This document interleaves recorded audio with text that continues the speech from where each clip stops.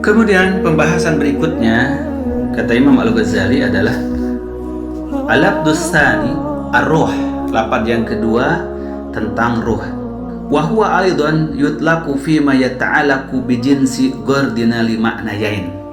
Maka berbicara tentang makna ruh, ia pun terkait dengan tujuan pembahasan kita, yaitu kepada dua makna. Ahaduhuma jismun latifun manba'uhu tazwiful qalbil jasmani atau qalbul jusmani wa yantasiru biwasitatil uruqil dawari ila sairi ajza'il badan. Maka pertama, makna ruh yang dimaksud adalah jisim yang sangat halus, yang sangat lembut, yang tempat bermarkasnya itu dan tempat singgasananya ruh itu ada dalam rongga hati jasmani. Yang tadi telah disebutkan, di dalam hati fisik itu ada di tengah-tengahnya rongga yang kosong, isi darah hitam. Disitulah tempat bersemayamnya ruh, kata Imam Al-Ghazali. Wa yantasiru biwasitatil uruq ad-dawarib ila sairi ajza'il badan. Lalu ruh dari pusat jantung manusia itu menyebar ke seluruh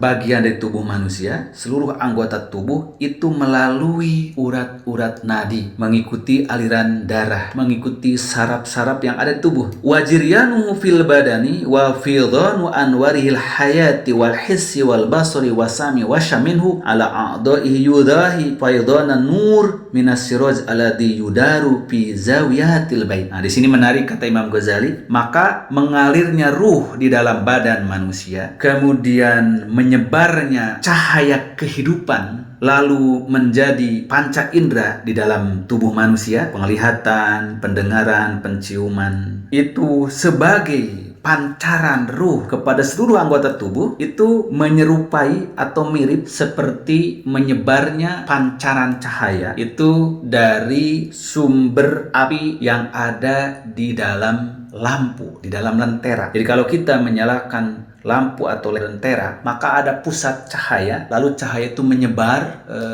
menerangi seluruh ruangan yang terjangkau oleh cahaya tersebut. Nah, maka demikian kata Imam Al-Ghazali bahwa roh manusia itu bersemayam di pusatnya, di tengahnya, di sentralnya jantung. Lalu dari sentral jantung itu seluruh cahayanya, seluruh fungsinya, seluruh kekuatannya ini menyebar ke seluruh anggota tubuh manusia, sehingga seluruh anggota tubuh manusia laksana ruangan yang tersinari oleh cahaya lampu tadi, cahaya lentera tadi. Fa innahu la yantahi ila juz'in minal bait illa wa yastaniru bihi. Maka selama di ruangan rumah itu terjangkau oleh sinaran cahaya, maka tidak ada penghalangnya, itu akan tersinari oleh cahaya tersebut. Demikian pula seluruh organ tubuh manusia, dari ujung rambut di atas kepala sampai ke ujung kaki, ke ujung-ujung jari tangan, sampai ke saraf-saraf terkecil, itu akan tersinari, tersirami, dan akan terpancar dengan ruh yang ada di pusat kolbu tersebut. Fal hayatu misaluhan nurul hasilu fil hitan warruhu misaluhu siraj. Maka kata beliau, kalau dibuat perumpamaan, kehidupan itu perumpamanya seperti cahaya yang dihasilkan itu di dinding-dinding rumah disebabkan adanya tadi lentera, adanya pelita. Maka ruh itu adalah laksana sumber cahayanya tadi, pelitanya itu. Jadi kehidupan adalah cahayanya yang terang benderang di dalam ruangan itu, sedangkan ruh adalah sumber api, sumber pelitanya itu. Wasiryanur ruh wa harakatuhu fil batin misaluhu harakatus siraj bi jawanibil bait bitahriki muharrikihi. Maka aliran ruh dan gerakan ruh dalam batin manusia seperti aliran dan gerakan pelita lampu itu pada seluruh sisi dari ruangan, dari rumah, karena adanya gerakan yang digerakkan oleh pemilik lampu tersebut. Wal attiba'u idza atlaqu labdur ruh aradu bi hadal makna. Maka para ahli medis jika berbicara tentang roh, Maka mereka memahaminya roh dalam makna yaitu daya hidup organik seperti ini, yang menghidupkan seluruh aspek dan unsur serta organ dari jasmani manusia. Wa huwa bukhorun latifun andojatuhu hararatul qalbi. Maka ia adalah laksana sumber api yang lembut kemudian yang dimatangkan oleh hangatnya kolbu. Walaisa sarhuhu min gordina. Tapi penjelasan masalah ini, kata Imam Al-Ghazali, ini bukan tujuan kita. Karena itu idil muta'alliqu bihi gordul abtiba alladina yu'alijunal abdan. Membahas aspek keterkaitan roh dengan kehidupan fisik jasmani, yaitu adalah wilayah tujuan daripada dokter yang mengobati tubuh manusia. Amma gordul attiba ad-din al-mu'alijina lil qalbi hatta yansaku ila jiwari rabbil alamin falaysa yata'alaku bisyari hadar ruh aslan. Maka tujuan daripada dokter agama, maksudnya para ulama yang mengobati hati manusia sampai bagaimana manusia ini bisa kembali kepada sisi Tuhan penciptanya, Rabbul Alamin, tidak terkait dengan penjelasan posisi roh yang menghidupkan, yang menggerakkan jasmani. Nah, jadi ini makna ruh dari satu aspek, kata Imam Al-Ghazali, yaitu ruh dalam pengertian jismun latifun manba'uhu tazwipul qalbil jasmani. Ruh dalam pengertian satu jisim yang lembut, yang bersumber dan bermarkas itu di rongga kolbu manusia. Al-ma'na tsani, nah adapun mana yang kedua, huwa al-latifah al-alimah al-mudrikah nal insan. Sedangkan yang kedua adalah unsur yang halus, yang lembut, yang memiliki daya pengetahuan, kemudian daya pengenalan dari manusia. Maka daya mengenal, daya mengetahui, daya berpengetahuan dalam diri manusia, itulah roh dalam makna yang kedua. Nah ini, maka roh di sini mananya hampir mirip dengan kolbu dalam makna yang kedua juga. Wa huwa alladzi syarahna fi ahadi ma'nayil qalbi. Seperti yang telah dijelaskan di salah satu dari dua makna kolbu tadi. Wa huwa alladzi aradahu Allah Ta'ala bi qoulihi wa yas'alunaka 'anir ruh qulir ruhu min amri rabbi. Dan inilah yang dimaksud dengan firman Allah, mereka bertanya kepada Muhammad tentang roh. Katakan ruh itu dari urusan Tuhanku. Wa huwa amrun ajibun robbaniyun. Di mana ruh di situ merupakan perkara yang sangat ajib, yang sangat ajaib, yang sangat luar biasa, yang bersifat robbani, bersifat ketuhanan, bersifat ilahiyah, amat gaib, amat luas, tidak terbatas. Di mana tu'zizu aksarul uquli wal afhamu andarki kunha haqiqatihi. Di mana kebanyakan akal manusia dan pemahaman akal manusia itu tidak mampu mencapai esensi dan hakikatnya. Ini makna yang berkaitan dengan ruh. Ada dua sisi pengertian sebagaimana juga qalbu. Kemudian al-labdus salis an-nafsu. Lafaz yang ketiga yang nama-nama ini sangat berkaitan, berdekatan adalah tentang nafas, tentang jiwa. Wa huwa aidan mushtarikun baina ma'anin wa yata'allaqu bi ghardina minhu ma'nayan. Maka pengertian nafas juga suatu yang mustarak, yang memiliki beberapa arti. Tetapi yang terkait dengan pembahasan ajaibul qalbi ini ada dua. Ahaduhuma anahu yuradu bihil ma'nal jami liquwatil ghadabi wa syahwati fil insan. Yang dimaksud daripada nafas dalam tinjauan pertama yaitu adalah makna yang menunjukkan kepada terhimpunnya kekuatan marah, jadi daya marah, daya syahwat dalam diri manusia. Alama sayati syarhu wa hadal istimaluhu wal ghalib ala ahli tasawuf. Nah, nanti akan dijelaskan lebih dalam pengertian nafas dalam makna kekuatan yang terdapat di dalam diri manusia, yang terdiri dari unsur al-ghadab, kekuatan emosional marah, dan kekuatan syahwat, kecintaan, kesenangan pada kelezatan-kelezatan. Dan itu akan menjadi objek pembahasan yang sering digunakan para ahli tasawuf.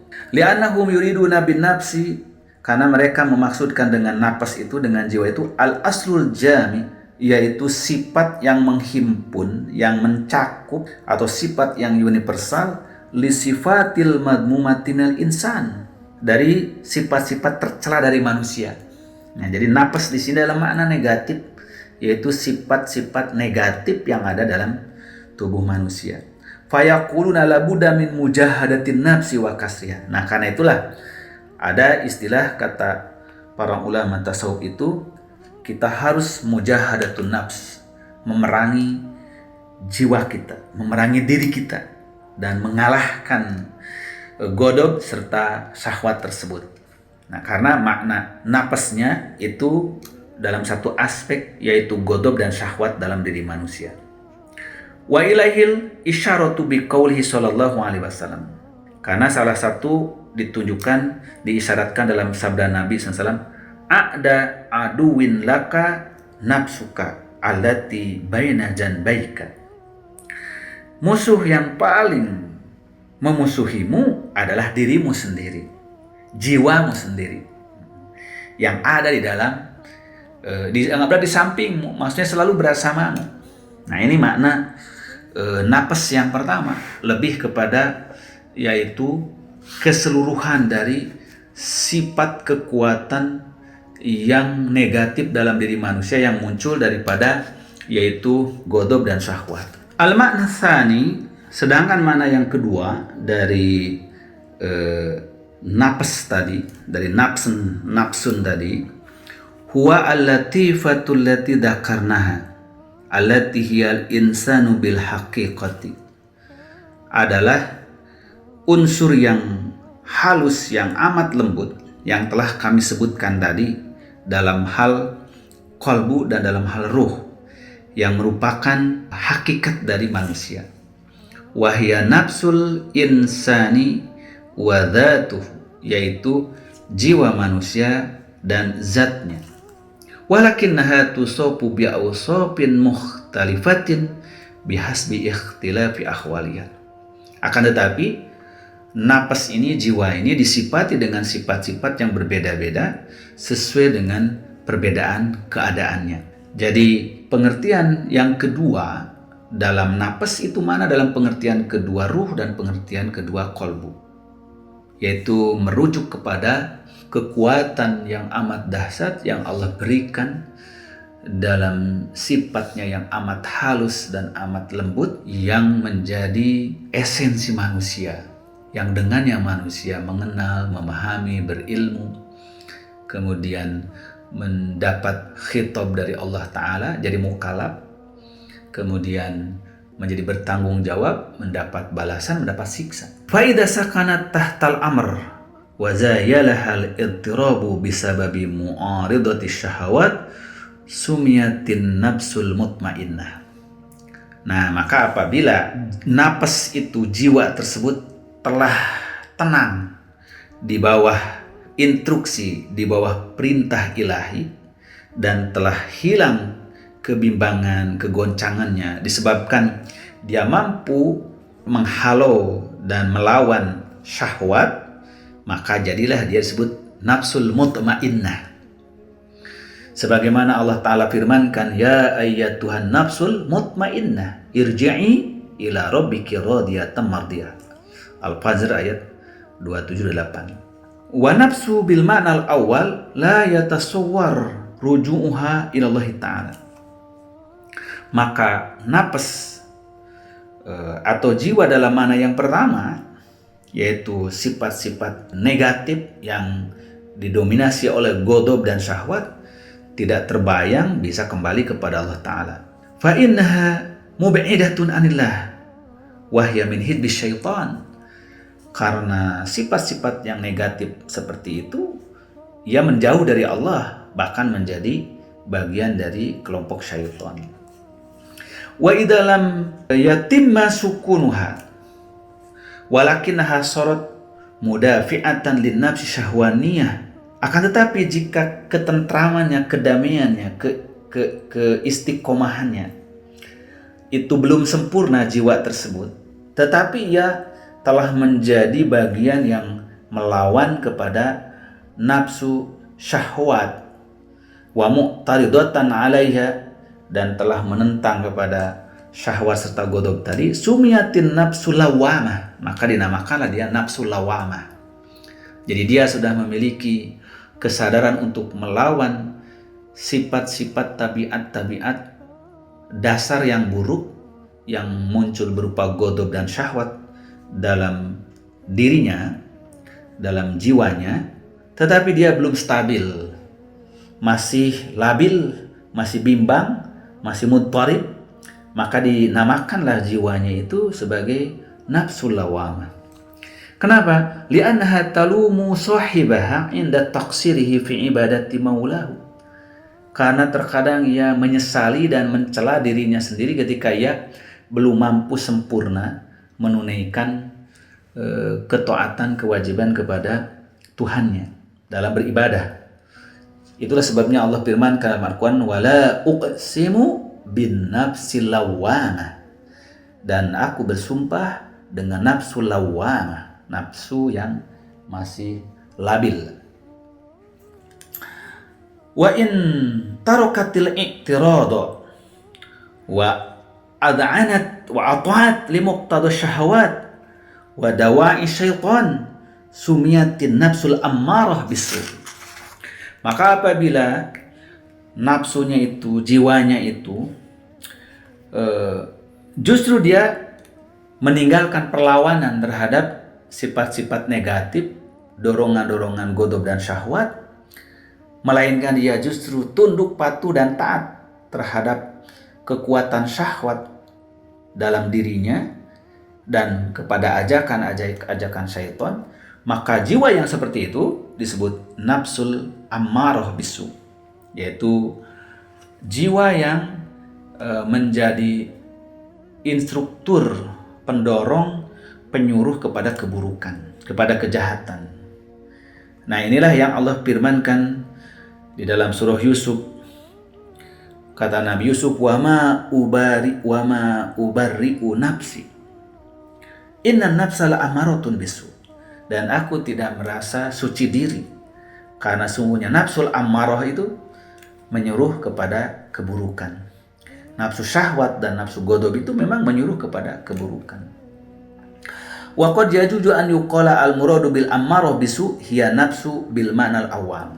Maka boleh dikatakan bahwa nafsul ammarah itu adalah bisa semakna dengan jiwa dalam pengertian pertama, yaitu nafsu dalam pengertian emosi, dorongan-dorongan, kecenderungan-kecenderungan kepada syahwat dan kepada ghadab. Faidan an-nafsu bil ma'nal awal madmumatun ghayatu dzam wa bil ma'na tsani mahmudatun. Oleh sebab itulah maka nafsu dalam makna yang pertama itu tercela, maka sering disebut mengikuti hawa nafsu. Sedangkan makna nafsu dalam pengertian yang kedua itu terpuji, di anah nafsul insan, karena itu adalah nafsunya manusia, yakni